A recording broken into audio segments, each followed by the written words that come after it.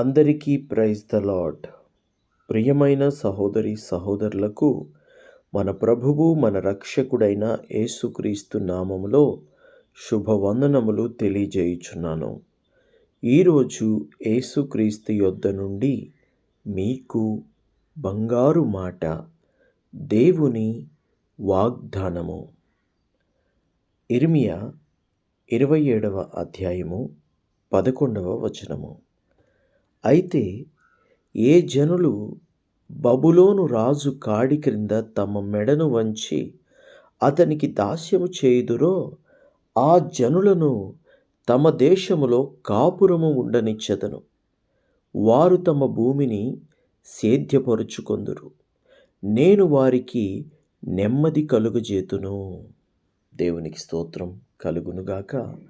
ప్రియ సహోదరి సహోదరులారా, ఎక్కడైతే జనులు అణిచివేయబడ్డారో, ఎక్కడైతే జనులు త్రొక్కబడ్డారో, ఎక్కడైతే జనులు సాతాను చేతిలో చిక్కబడ్డారో, ప్రభువు వారి విషయమును ఊరుకోడు.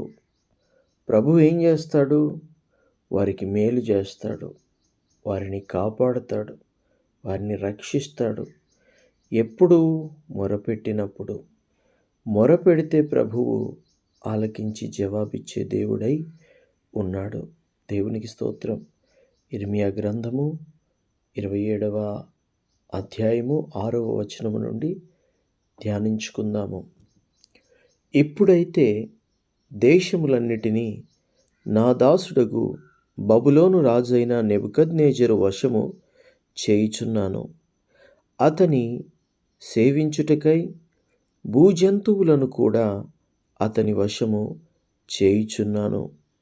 అతని స్వదేశమునకు కాలము వచ్చు వరకు సమస్త జనులు అతనికి, అతని కుమారునికి, అతని కుమారుని కుమారునికి దాసులయ్యుందురు.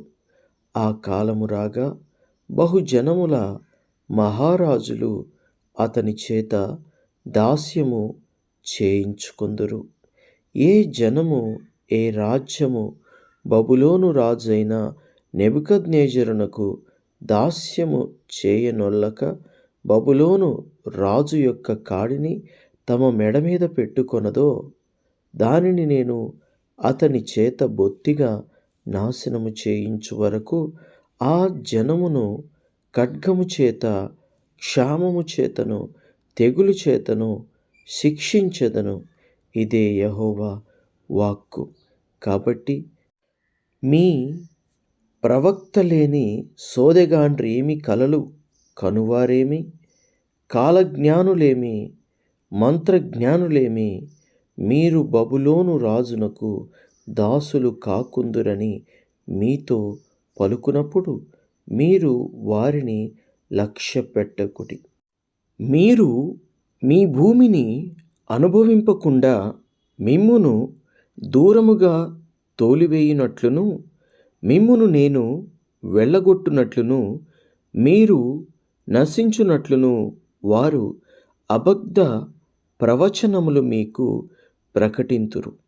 అయితే ఏ జనులు బబులోను రాజు కాడి క్రిందికి తమ మెడను వంచి అతనికి దాస్యము చేయుదురో ఆ జనులను తమ దేశములో కాపురముండనిచ్చెదను. వారు తమ భూమిని సేద్యపరుచుకొందురు. నేను వారికి నెమ్మది కలుగజేతును. ఇదే యెహోవా వాక్కు. దేవునికి స్తోత్రం.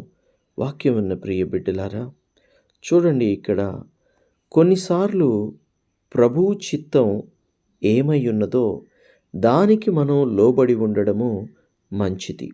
అది కష్టమైన, అది భారమైన, అది నష్టమైనా సరే కొన్నిసార్లు సమయం వచ్చేంత వరకు, ప్రభువు చిత్తమయ్యేంత వరకు మనము ప్రభువు చెప్పినట్టుగా అణిగి మణిగి ఉండడం నేర్చుకోవాలి. ప్రియదేవుని బిడ్డలారా, అణిగి మణిగి ఉండడం నేర్చుకోండి. తగ్గింపు కలిగి ఉండడం నేర్చుకోండి. ఓర్చుకోండి, సహించుకోండి. ఒక సమయం వస్తుంది, అప్పుడు ప్రభువే నిన్ను తన కృపచొప్పున ఆశీర్వాదములోనికి, దీవెనల్లోనికి నడిపిస్తాడు. కొన్నిసార్లు ప్రభు చిత్తం కష్టమైన, నష్టమైన చేయడానికి ఇష్టపడితే మంచిది. ఒకవేళ అలా కాదని చెప్పి జాతకాలు చూసేవారు కావచ్చు, కాలజ్ఞానులు కావచ్చు, ప్రవచనములు ప్రవచించువారు కావచ్చు, ఏవైనా మాటలాడినా కూడా వారి మాటలు మనము నమ్మకూడదు. అబద్ధాలు మాట్లాడతారని దేవుడు ఇక్కడ సెలవిస్తున్నాడు. ఎవరైతే ప్రభు చిత్తానికి లోబడతారో వారు, అనగా అబద్ధాలను నమ్మకుండా, మాయ మాటలు నమ్మకుండా, అబద్ధ ప్రవచనములను నమ్మకుండా, వాస్తవాన్ని గ్రహించి, దేవుని చిత్తాన్ని గ్రహించి దానికి లోబడు వారికి ఏం జరుగుతుంది? వారిని దేవుడు దేశంలో ఉండనిస్తాడు. వారు ఆ దేశంలో కాపురం ఉండి వారి భూమిని వారు సేద్యం చేసుకుంటారు. వారికి నెమ్మది కలుగుతుందని వాక్యం సెలవిస్తుంది. అలా కాకుండా ఎదురు తిరిగిన వారికి, అలా కాకుండా పారిపోయిన వారికి, అలా కాకుండా లోబడనొల్లని వారికి ఏం కలుగుదు? వారు దేశంలో ఉండరు, కాపురము చెయ్యరు, వారు భూమిని వారు సేద్యం చేసుకోరు, వారు అక్కడ నెమ్మది కలిగి ఉండరు, ఉండలేరు. ఎందుకంటే అది ప్రభువు చిత్తము కాదు గనుక. దేవునికి స్తోత్రం. ప్రియబిడ్డలారా, ప్రభు చిత్తానికి లోబడి ఉండండి. మరికొన్ని వచనాలు చదువుకొని ప్రార్థన చేసుకుందాము. నేను ఆ మాటలను బట్టి యూదా రాజైన సిద్కియాతో ఇట్లాంటిని, బబులోను రాజు యొక్క కాడిని మీ మెడ మీద పెట్టుకొని అతనికి బబులోను రాజునకు దాసులు కానొల్లని జనుల విషయమై యెహోవా ఆజ్ఞ ఇచ్చినట్లు ఖడ్గము చేతనైనను, క్షామము చేతనైనను, తెగులు చేతనైనను జనులను, నీ ప్రజలను చావనేలా? కావున మీరు బబులోను రాజునకు దాసులు కాకుందురని మీతో చెప్పు ప్రవక్తలు అబద్ధమే ప్రకటించుచున్నారు. నేను వారిని పంపలేదు, వారి మాటల నంగీకరింపవద్దు. ఇదే యెహోవా వాక్కు. నేను మిమ్మును తోలివేయునట్లు మీరును మీతో ప్రవచించు ప్రవక్తలను నశించునట్లును వారు తమ నామమును బట్టి అబద్ధముగా ప్రవచించుచున్నారు. మరియు యాజకులతోనూ ఈ ప్రజలందరితోనూ నేను ఈ మాటలు చెప్పి తిని. యెహోవా సెలవిచ్చినది ఏమనగా, యెహోవా మందిరపు ఉపకరణములు ఇప్పుడే శీఘ్రముగా బబులోను దేశము నుండి మరలా తేబడునని ప్రవచింపు మీ ప్రవక్తలు మీతో అబద్ధములు చెప్పుచున్నారు. వారి మాటలకు చెవియొగ్గకుడి, వారి మాట వినకుడి. బబులోను రాజునకు దాసులైన ఎడల మీరు బ్రతుకుదురు. ఈ పట్టణము పాడైపోనేలా? వారు ప్రవక్తలైన ఎడల యెహోవా వాక్కు వారికి తోడై ఉండిన ఎడల యెహోవా మందిరములోను, యూదారాజు మందిరములోను, యెరూషలేమును శేషించియుండి ఉపకరణములు బబులోనునకు కొనిపోబడకుండునట్లు వారు సైన్యములకు అధిపతియకు యెహోవాను బతిమాలుకొనుట మేలు. బబులోను రాజు నెబుకద్నెజరు యెరూషలేములో నుండి యెహోవా యాకీము కుమారుడైన యెకొన్యాను యూదా యెరూషలేముల ప్రధానులందరినీ బబులోనునకు చెరగా తీసుకొని పోయినప్పుడు అతడు విడిచిపెట్టిన స్తంభములను గూర్చియు, సముద్రమును గూర్చియు, గడ మంచెలను గూర్చియు, ఈ పట్టణములో మిగిలిన ఉపకరణములను గూర్చియు సైన్యములకు అధిపతివగు యెహోవా ఇలాగు సెలవిచ్చుచున్నాడు.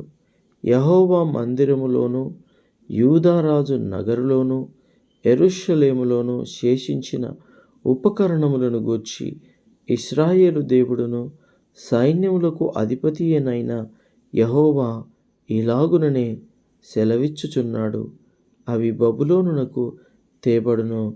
నేను ఆ ఉపకరణములను దర్శించి తెప్పించి ఈ స్థలములో వాటిని మరలా నుంచు కాలము వరకు అవి అక్కడ నుండవలెను. ఇదే యెహోవా వాక్కు.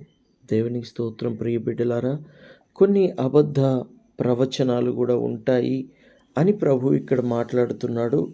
అయితే కొన్నిసార్లు చెప్పినట్లుగా కష్టమైన నష్టమైన దేవుడి మాట అంగీకరించక తప్పదు. ప్రార్థన. తండ్రి, నీకు వందనాలు. ప్రభువా, నీకు వందనాలు. యేసయ్యా, నీకు స్తుతులు స్తోత్రాలు. తండ్రి, మీరు పంపని అబద్ధ ప్రవక్తల మాటలు వినకూడదు ప్రభువా. మీ చిత్తము ఏమయ్యుందో అదే మా జీవితంలో జరుగుతుంది. కానీ ఒకటి మాత్రం నిజం, నిన్ను నమ్మిన ప్రతి వానికి నువ్వు మేలు చేస్తావు, మంచి చేస్తావు.